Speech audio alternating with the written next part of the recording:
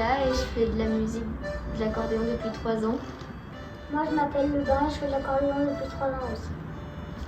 Et moi je m'appelle Fabrice et je fais de l'accordéon depuis très longtemps. Et je suis tout content de pouvoir l'enseigner. Parce que quand notre prof Fabrice, il est venu à l'école de Vérine, il nous a joué de l'accordéon, j'ai eu un coup de cœur pour cet instrument. Et j'ai pris des cours pour en jouer et ça me plaît toujours.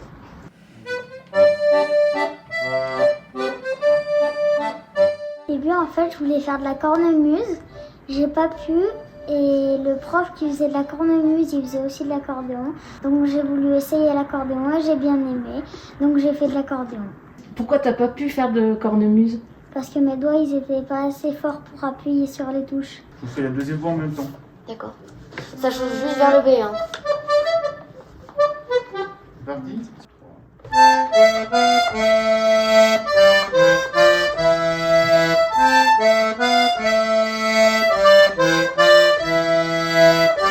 J'aime bien les cours de Fabrice parce qu'il nous fait jouer des morceaux à l'oreille et puis que c'est bien parce que ça affine l'audition.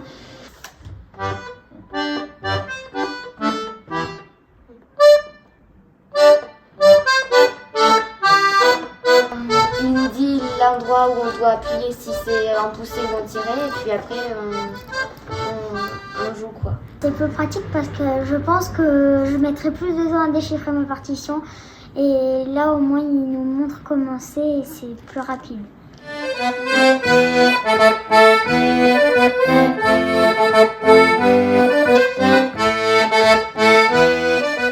Quand on appuie sur une touche, qu'on pousse et qu'on tire, ça fait pas le même son. Là je pousse et là je tire. Les polkas c'est comme ça. Les valses c'est comme ça. En haut c'est le grave et en bas c'est l'aigu. Il y a 2 rangées de touches et là derrière il y a 2 rangées de touches aussi. Le rôle de la main droite c'est de faire les mélodies. Le rôle de la main gauche c'est de faire les accords. Les accompagnements. Les accompagnements, ça sert à retrouver le rythme.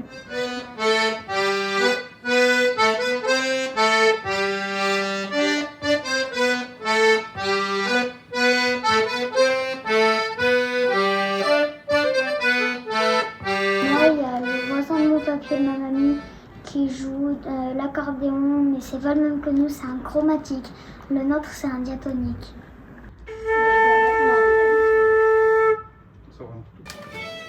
Je sais pas si on fait en jeu. On fait pas en jeu. Je sais pas si On fait une fois. Si je vous fais ça, c'est quand on commence. On fait quoi ici? Mais on peut avoir l'idée de le faire une fois. 1, 2, 3, 1, 2, 3.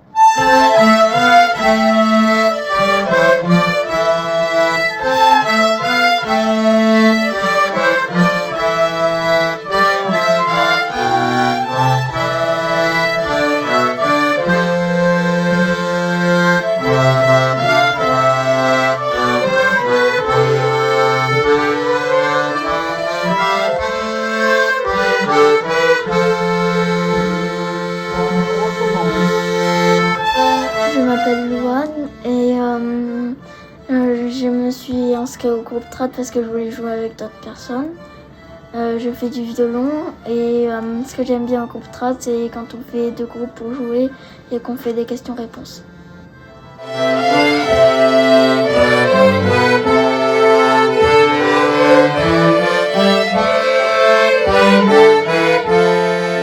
Je me suis inscrite à la musique traditionnelle parce que j'aimais bien jouer en groupe.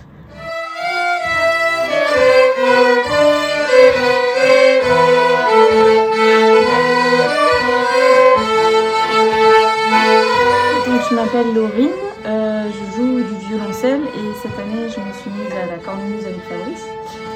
Seulement, j'ai pas du tout le niveau requis pour rejoindre l'ensemble trad à la cornemuse.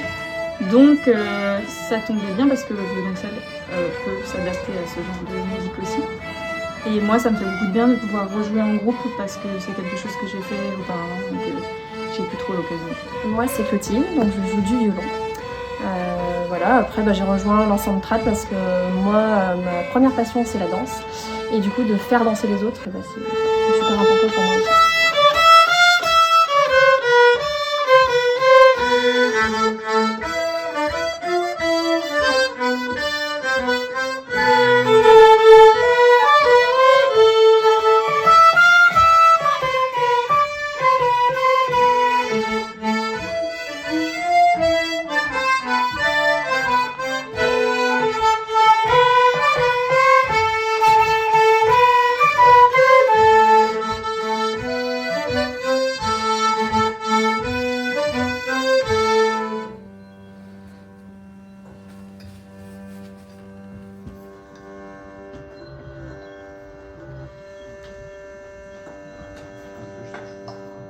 Moi, je viens d'une formation classique, puisque j'ai appris le violoncelle et d'autres instruments auparavant, mais j'ai toujours eu une formation très classique avec apprentissage, avec partition, etc. Et la cornemuse, je voulais en faire depuis toute petite, mais bon, vivant dans un appartement, ça n'était vraiment pas envisageable. Et j'ai pu m'y mettre cette année, et c'est assez plaisant parce que je peux enfin apprendre un instrument depuis le début, juste avec mes oreilles et l'observation, et chose à laquelle j'avais pas accès avant. C'est très très agréable. Et effectivement, on parlait de musique à danser tout à l'heure. Moi, j'adore danser. Je suis pas danseuse, mais j'adore vraiment ça, et particulièrement en baltrade, et de retrouver ces pulsations-là pendant qu'on joue, c'est trop chouette. Laissez le petit sonneur. Attends, oui, j'ai que la valse simple qui me vient dans la tête. Ah oui, c'est bon. Il y en a un qui va jouer un sol pendant que l'autre joue sa phrase. Ok, On fait des questions-réponses en fait. d'accord. Comme, ouais, On garde le sol grave et comme ça oblige Ok. aussi à maintenir une pression constante dessus.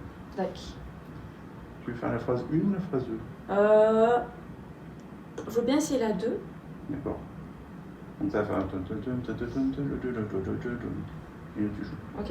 Et pareil sur B.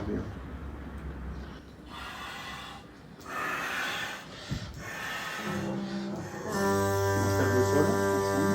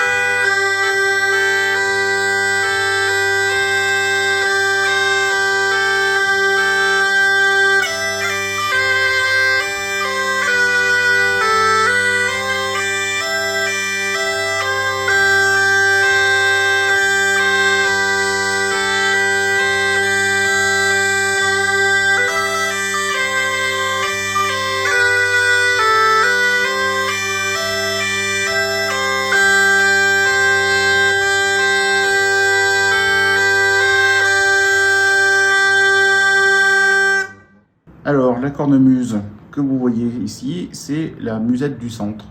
Voilà, la cornemuse n'est pas uniquement écossaise, même si c'est celle qu'on voit le plus. Et donc sur notre instrument, eh ben, on a quand même, comme sur toutes les cornemuses, une poche, un tuyau mélodique, des bourdons et un tuyau pour gonfler. Voilà. Ça fait partie des rares instruments à vent où on n'a pas l'intérêt à souffler tout le temps dedans. Alors les musiques traditionnelles, en fait, ce sont des musiques de tradition orale, donc qui se transmettaient de musicien à musicien, soit en voyant faire, soit juste en écoutant faire. Et puis depuis quelques années, ben, c'est devenu un petit peu plus institutionnel avec les écoles de musique. Et on commence aussi à travailler sur partition. Pas tout le temps, on essaie quand même de garder un petit peu les deux facettes de cette transmission-là. Voilà. Et il faut quand même reconnaître une chose, c'est que le gros de notre répertoire, c'est de la musique à danser. Donc des bourrées, des scottish, des polkas, mazurka, valses, etc. Donc vraiment des danses qui sont faites la plupart du temps soit en couple, soit en pratique plus collective, et qu'on pratique dans les baltrades.